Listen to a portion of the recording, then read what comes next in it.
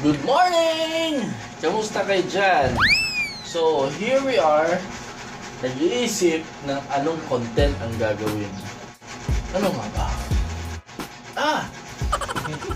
Ganito na lang.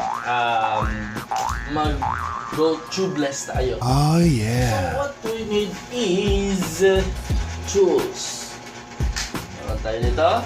Actually, marami tayong tools dito. Okay. Medyo magulo kasi. So, hindi natin papakita. So, meron na tayong tubeless ready valve. Problema, nawala ko yung o-ring nito. So, mag-DIY tayo gamit ang old inner tube. Kapirasong inner tube. So, meron na tayong dalawa.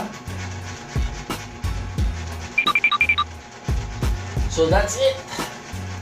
Let's play the game. Pa!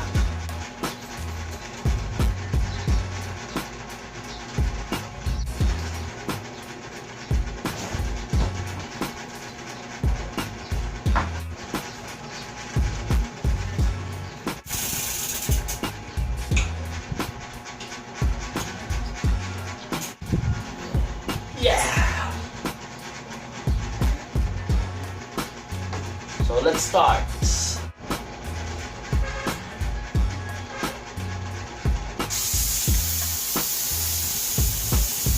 Bearable hours later.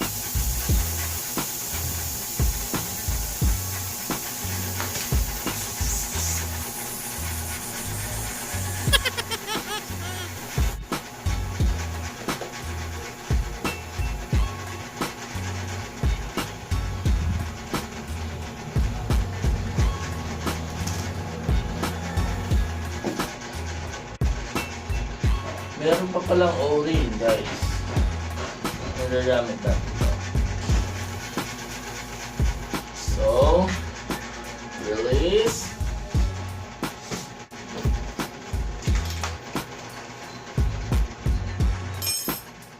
And don't forget to use a soap with water.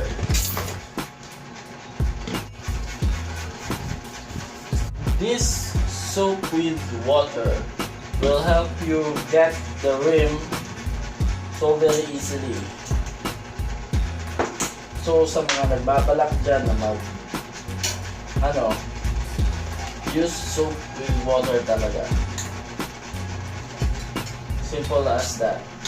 Huwag yung diretso lang kuha, diretso lang yun na yun.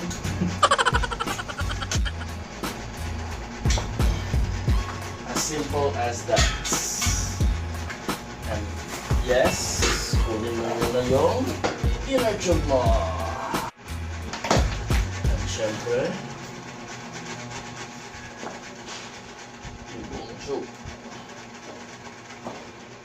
Dahan-dahan lang guys para hindi masira yung tube mo. Ay, yung tires. Tube. Okay, now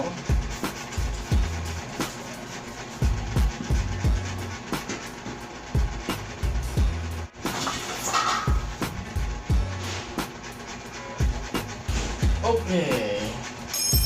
Grabe ang messy.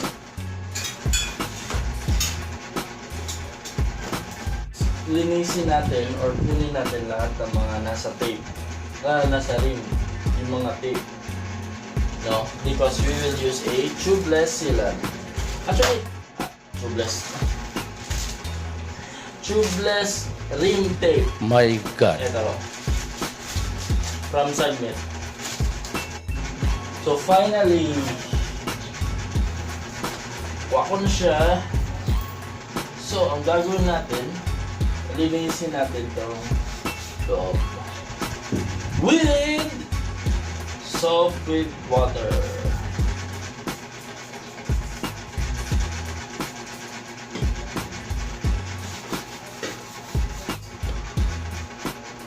So, nalinisan na natin.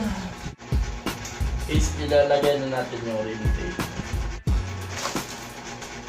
This is the tubeless rim tape.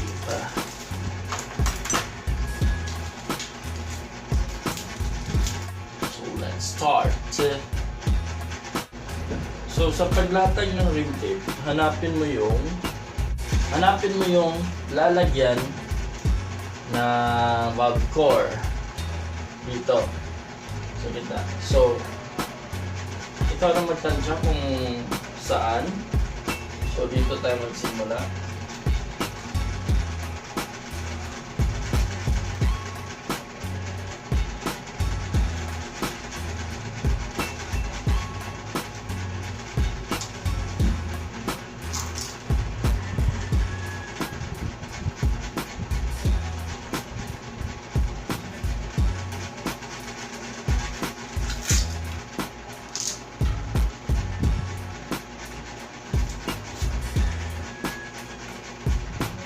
Siyempre, dapat hindi siya magbabalon.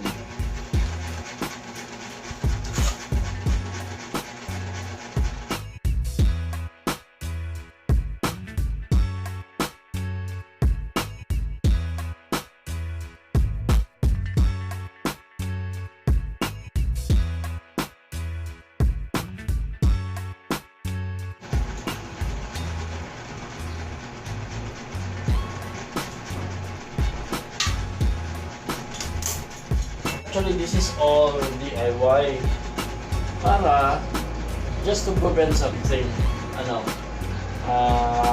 air leak.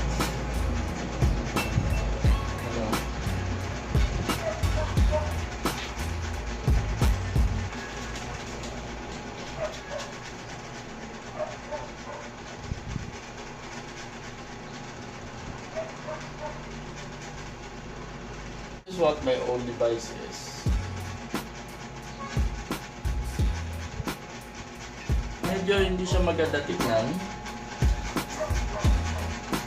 but it will help. Oh yeah! So let's put this tire. I'm using Trail King 2.0.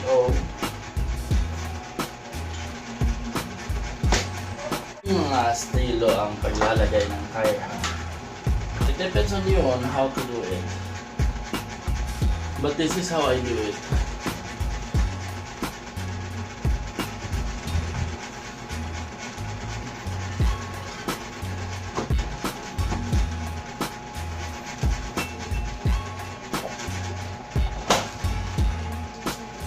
Oh yeah. Just like that. And then the other side.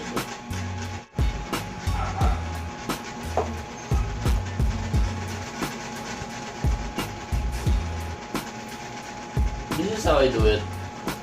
Push up dito, banda sa baba. Okay. And then, gradually, mapupush mo na ito nasa taas.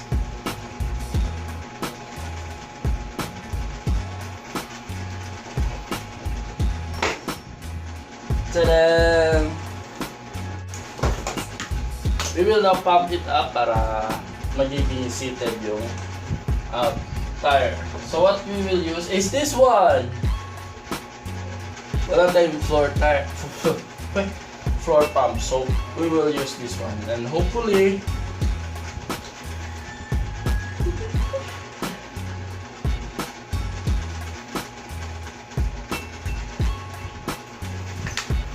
are you ready?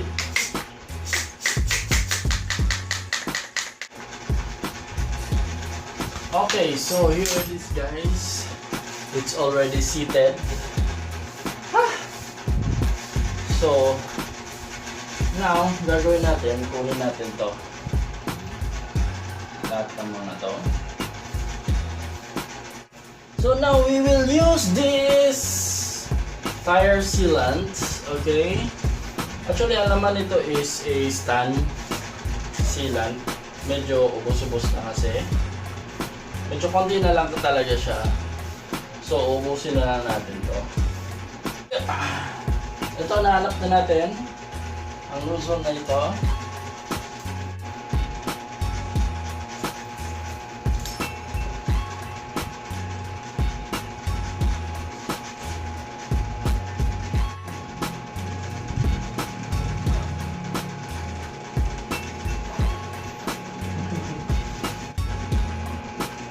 Actually, hindi ko makikita kung naubos na ba siya or konti na lang ba siya.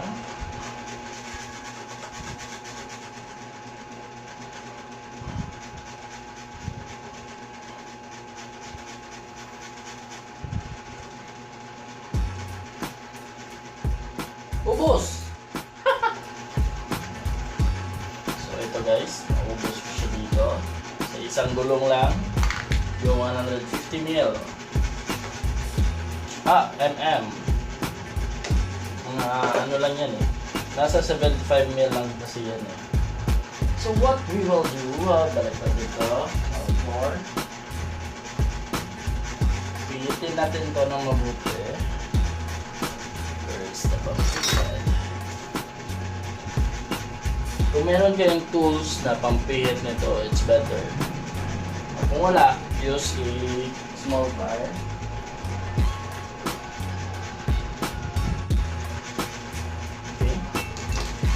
That's good. Now, ikot-ikot lang muna.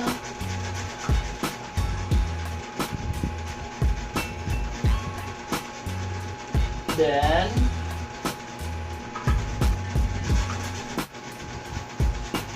now let's try.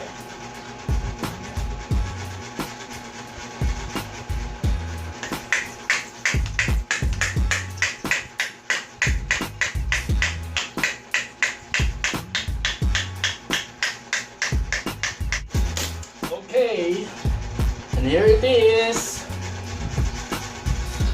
Tanggalin na natin to. Seated down. Meron na rin mga sealant sa loob, which is kulang pa ako ng, let's say, 50 ml.